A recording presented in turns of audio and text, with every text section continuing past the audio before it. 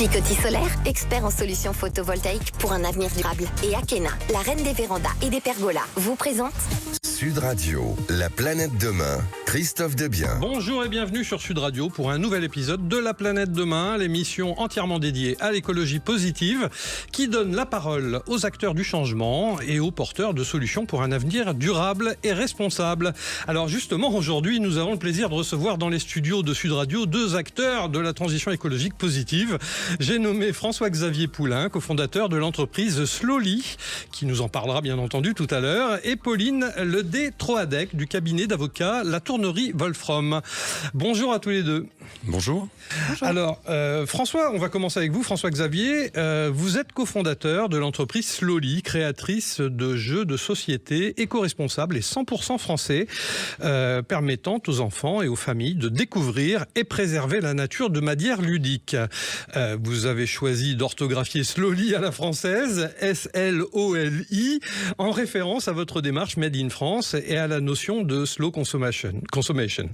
Donc slow consommation. Avec l'idée de consommer moins mais beaucoup mieux. Et puis un clin d'œil à votre logo qui lui représente un escargot. Alors ce gastéropode qui est bien connu d'ailleurs pour sa lenteur. Donc ça correspond tout à fait à votre marque.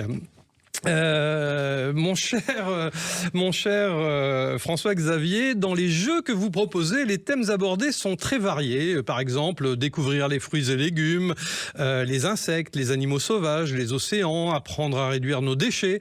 Pensez-vous que la sensibilisation et l'éducation des plus jeunes est un facteur majeur dans la transition écologique ? Oui, c'est notre credo. Alors, à travers les enfants, on touche aussi les parents, puisque les enfants jouent avec leurs parents, mais c'est effectivement vers les enfants que nous souhaitons nous tourner. Alors, votre marque a été créée en 2019 grâce à un financement participatif qui a atteint 400%. C'est ce que j'ai lu, j'espère que je ne me trompe pas. 400% de son objectif, c'est bien cela ? C'est bien cela, oui. Mais comment vous avez fait ? Ça a été... Enfin, quelle est la technique pour arriver à obtenir des objectifs aussi conséquents ? Le bouche à oreille, ça a bien fonctionné. On avait fait une offre intéressante avec nos premiers jeux qui n'étaient pas encore fabriqués pour la plupart d'entre eux. Et les gens nous ont fait confiance, ils ont soutenu notre démarche. C'était en fait un engagement, c'était un petit peu avant Noël, donc les gens ont commandé des jeux de Noël, mais en même temps faisaient une action pour nous soutenir et pour qu'on puisse développer l'entreprise. Alors, j'ai vu que vos mécaniques de jeu étaient très variées. Est-ce que vous pouvez nous apporter un peu plus de détails à ce sujet ?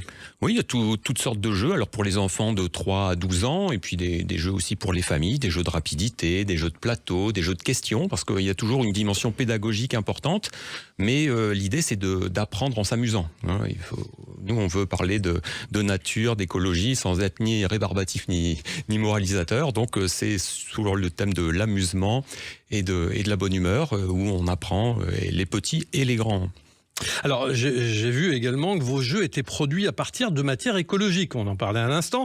Qu'est-ce que vous entendez par là ? Alors c'est du bois. Bon, nous sommes à la radio, mais je sais que c'est filmé. Donc là, j'ai ici le petit bateau avec du bois massif du Jura, du papier, du coton recyclé. Tous les jeux sont contenus dans des pochons en coton recyclé, avec le motif qui est tissé dessus. Et tout ça, déjà, là, c'est du recyclage.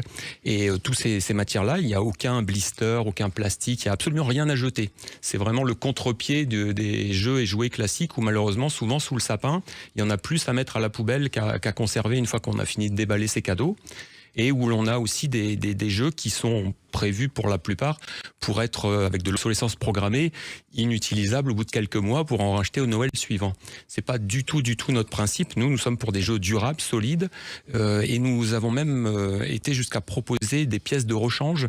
Si vous avez un jeu avec des pions et qu'il vous manque un pion, vous pouvez le racheter à l'unité pour que le jeu continue de pouvoir avoir son utilité. Donc ça voudrait dire que finalement l'entreprise Slowly est concernée par le zéro déchet, par les opérations zéro déchet complètement. Absolument, oui, zéro déchet. On récupère des cartons pour expédier nos jeux et Les jeux sont absolument zéro déchet, il n'y a absolument rien à jeter. Donc c'est de A jusqu'à Z. Voilà. Vous militez pour le Made in France et vos produits sont fabriqués à 100% en France et assemblés, expédiés par une entreprise d'insertion lilloise qui emploie d'ailleurs des travailleurs en situation de handicap. Peut-on dire que Slowly est une entreprise de l'économie sociale et solidaire selon vous ? Oui, tout à fait.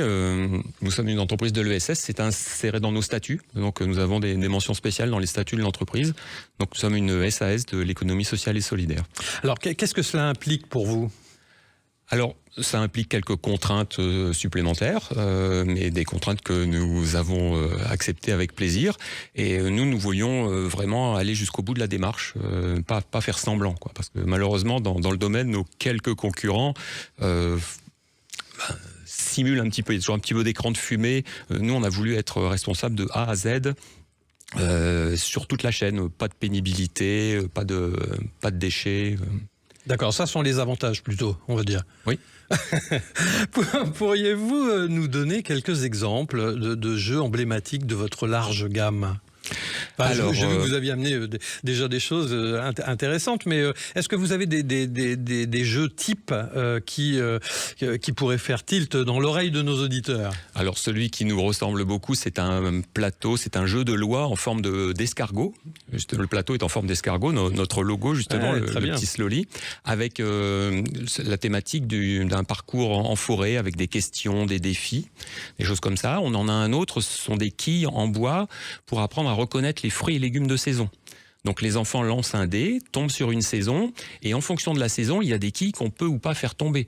Si on fait tomber les cerises alors qu'on est en hiver, là on marque des points négatifs. Donc ça fait faire du calcul et ça fait réfléchir. Ah, c'est rigolo ça. Voilà. Ouais. Non, c'est ludopédagogique en fait. Absolument. Complètement. D'accord. Et vous commercialisez comment vos jeux en bois ? Où est-ce qu'on peut se les procurer ? Alors, sur notre site internet slowly, sloli-édition au pluriel.com, sur des marketplaces responsables, et puis dans des boutiques engagées, donc des magasins vrac, des magasins bio, des concept stores made in France. Et aujourd'hui, c'est vraiment développé dans les magasins ? Enfin, il y a beaucoup de magasins qui vous suivent sur ce commerce-là ? Il y en a beaucoup, oui. Un petit peu moins qu'il y en a eu à une époque, parce que malheureusement, les magasins vrac, les magasins bio, il y en a un petit peu moins qu'il y en a eu.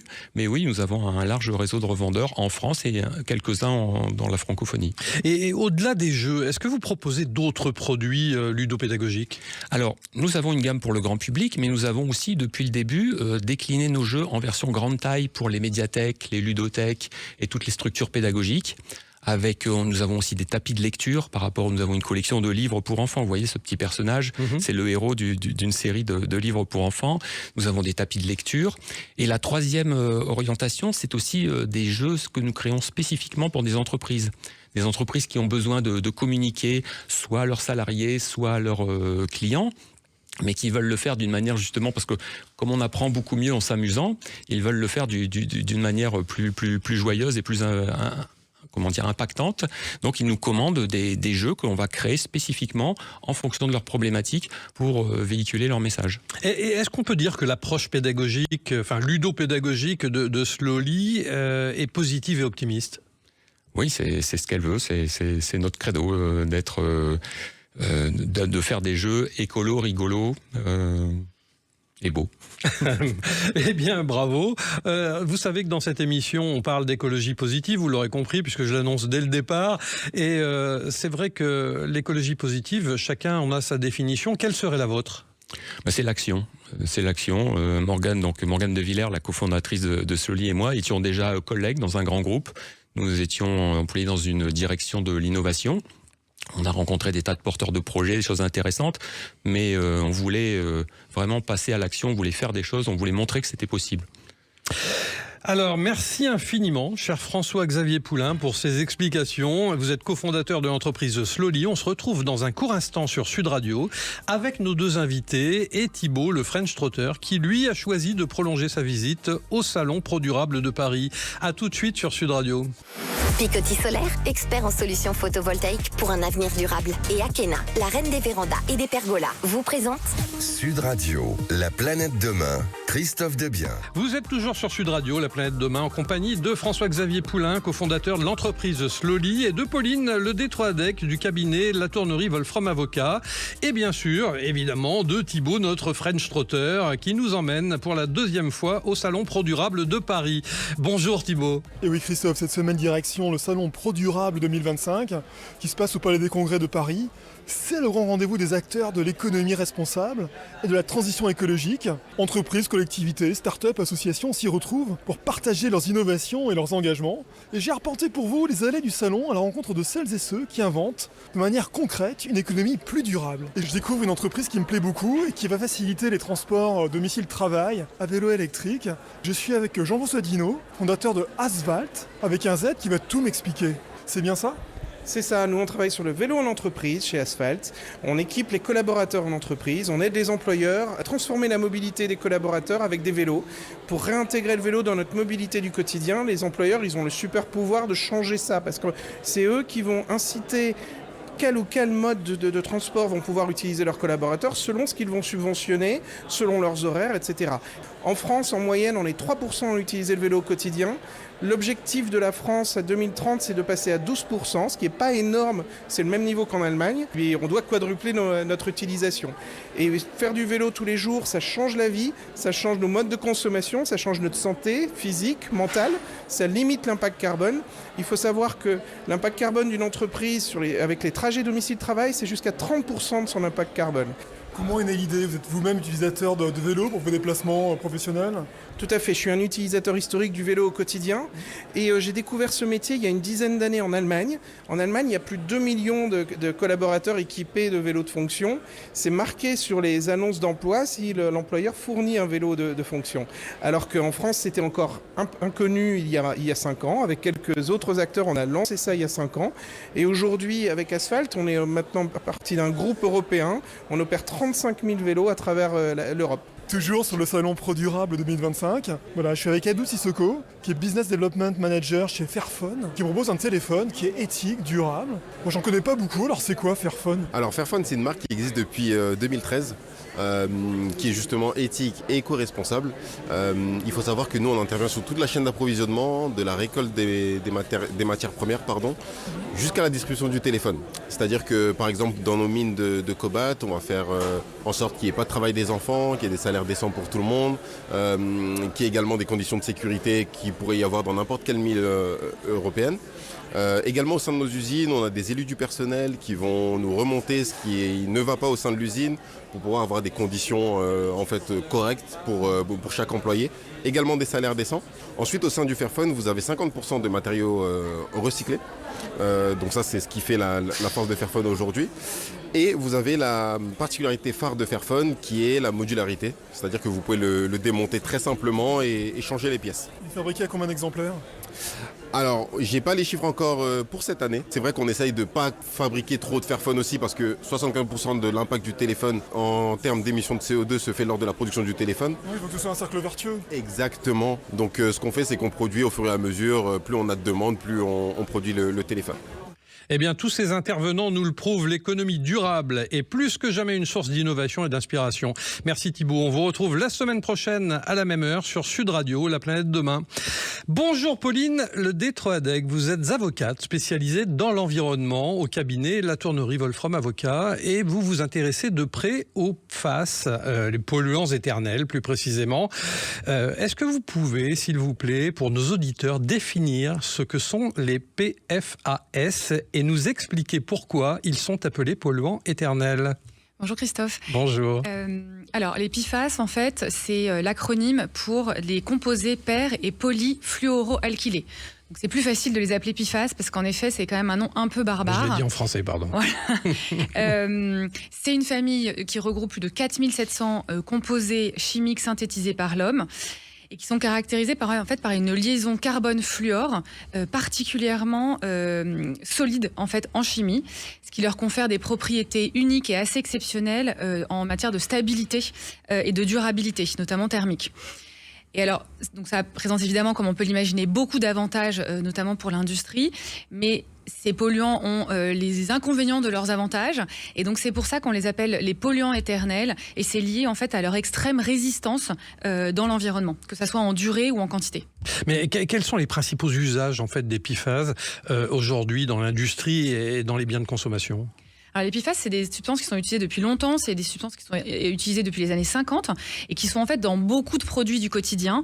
On pense très souvent aux mousses anti-incendie, par exemple. Très souvent, elles sont très concentrées en PFAS, mais plus facilement donc, dans les usages plus domestiques, on va penser à tous les revêtements en téflon, par exemple. Ça, c'est, je dirais, l'exemple un peu typique quand on pense aux polluants éternels.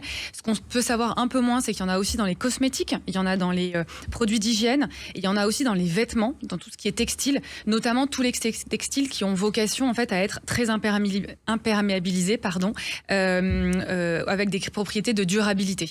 Alors, l'Agence nationale de sécurité sanitaire a publié un avis et 2 rapports d'expertise sur les PFAS. Selon vous, quels en sont les principaux enseignements à retenir ? Alors, ces rapports, ils sont pas très faciles à lire pour des... voilà, ils font 600 pages, donc c'est quand même un vrai travail d'analyse. Une grosse table de nuit, en fait. C'est ça, voilà.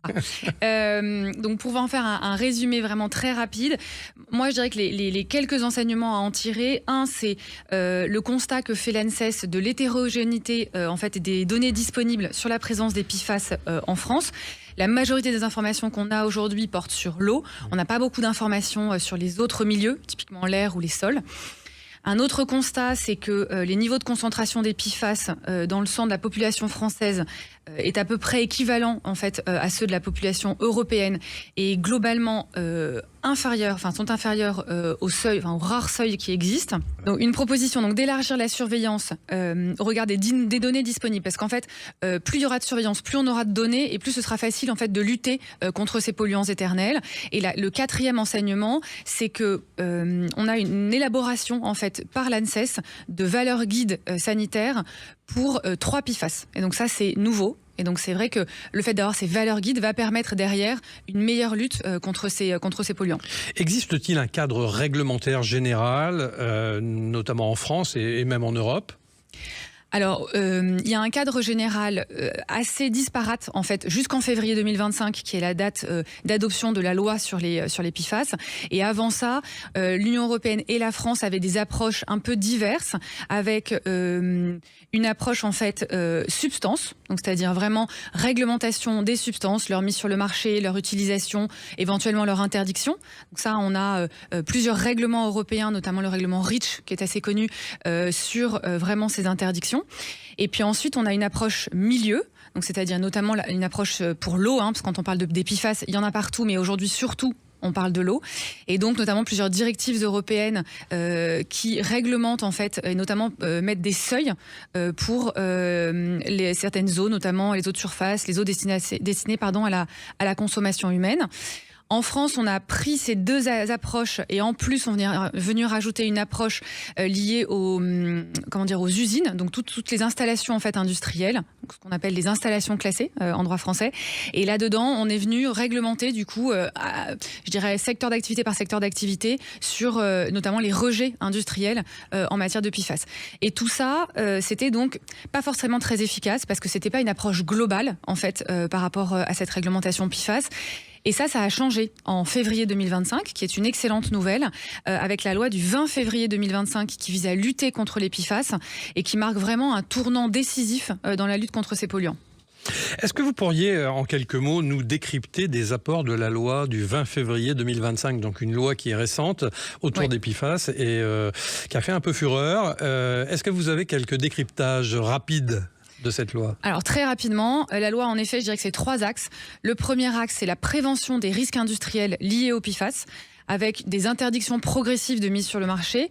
2 dates à retenir. La première, c'est le 1er janvier 2026, donc c'est très bientôt, c'est dans 2 mois, avec une interdiction de la fabrication, de l'importation, de l'exportation et de la mise sur le marché de nombreux produits, notamment les produits cosmétiques et les produits de phare, donc c'est tout ce qui est revêtement sous les skis, et des textiles, notamment les vêtements et les chaussures, et de leur imperméabilisant, ce que je vous expliquais au début. Voilà. Ouais. Et deuxième date, c'est le 1er janvier 2030, donc là c'est un peu plus loin, avec un une interdiction qui sera élargie à tous les textiles contenant des PFAS. Notamment, on peut penser à tous les textiles liés à l'ameublement. Voilà. Alors, il faut savoir qu'évidemment, toutes ces interdictions, elles sont évidemment, il y a quand même quelques exceptions. Et puis, on a besoin d'avoir des décrets d'application pour en savoir un peu plus. Le deuxième axe, c'est la gestion et la dépollution des eaux, avec une trajectoire nationale de réduction des rejets industriels de PFAS, avec un objectif fort qui est l'élimination totale des PFAS dans les rejets à queue dans un délai de 5 ans. 5 ans, en fait, à l'échelle environnementale, c'est quand même assez court, donc c'est un objectif qui est fort. Et une redevance spécifique qui est positionnée sur les rejets de PFAS par les industriels. Et là, la loi fixe déjà le tarif, et ce sera 100 € pour 100 grammes de rejets de PFAS, PFAS rejetés. Ah oui, en effet. Oui. Voilà. Et il existe aujourd'hui des procès en cours impliquant des entreprises françaises ? Alors oui, je dirais que le procès le plus emblématique, enfin, en tout cas l'exemple le plus significatif, c'est celui qui concerne la plateforme industrielle de Pierre-Bénite, pas très loin de Lyon. Et là, c'est un vrai cas d'école en matière juridique et en matière de contentieux. Vous avez tout ce que vous pouvez imaginer, ce que vous pouvez rêver en matière de contentieux environnemental. Il y a du contentieux administratif parce que la préfecture a pris des arrêtés contre ces industriels. Il y a un contentieux civil avec des associations notamment qui ont fait, et la métropole de Lyon, c'est vraiment un consensus entre les collectivités territoriales et les associations et les riverains en fait sur cette plateforme de Pierre-Bénite. Il y a un référé expertise qui est en cours. On attend le rapport d'expertise qui est censé être rendu au 31 décembre 2025, mais de mon expérience en matière d'expertise environnementale, ça sera plus long. On aura de la chance si on l'a d'ici fin 2026. Il y a une action de groupe qui est en préparation aussi par les riverains. Et il y a également, évidemment, sinon c'est pas drôle, un contentieux pénal du coup à l'encontre de ces deux industriels avec une enquête en cours. Et quelle est l'ampleur du coût financier de cette pollution en France ? Alors, le coût financier, il est très élevé. Aujourd'hui, il y a une enquête de plusieurs médias qui a été publiée en début d'année 2025, et notamment en France, qui estime le prix de la dépollution, donc uniquement la dépollution, entre 95 et 2000 milliards d'euros sur les 20 prochaines années.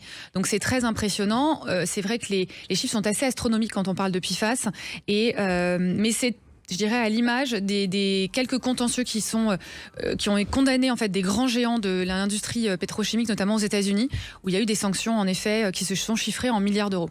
Merci infiniment, chère Pauline Ledétroadec, avocate au cabinet La Tournerie Wolfram Avocat. On se retrouve sur Sud Radio dimanche prochain à 12h30 pour un nouvel épisode de La Planète Demain, et du lundi au jeudi à 7h35 pour la Minute Planète. En attendant, retrouvez notre nouveau magazine trimestriel La Planète Demain Mag chez votre marchand de journaux. Et je vous dis à très vite, à dimanche prochain notamment. Akena, expert en carport et pergola solaire pour des économies et un avenir durable. Et Picoty Solaire pour que l'avenir s'éclaire avec des choix durables. Vous ont présenté Sud Radio, La Planète Demain, Christophe Debien.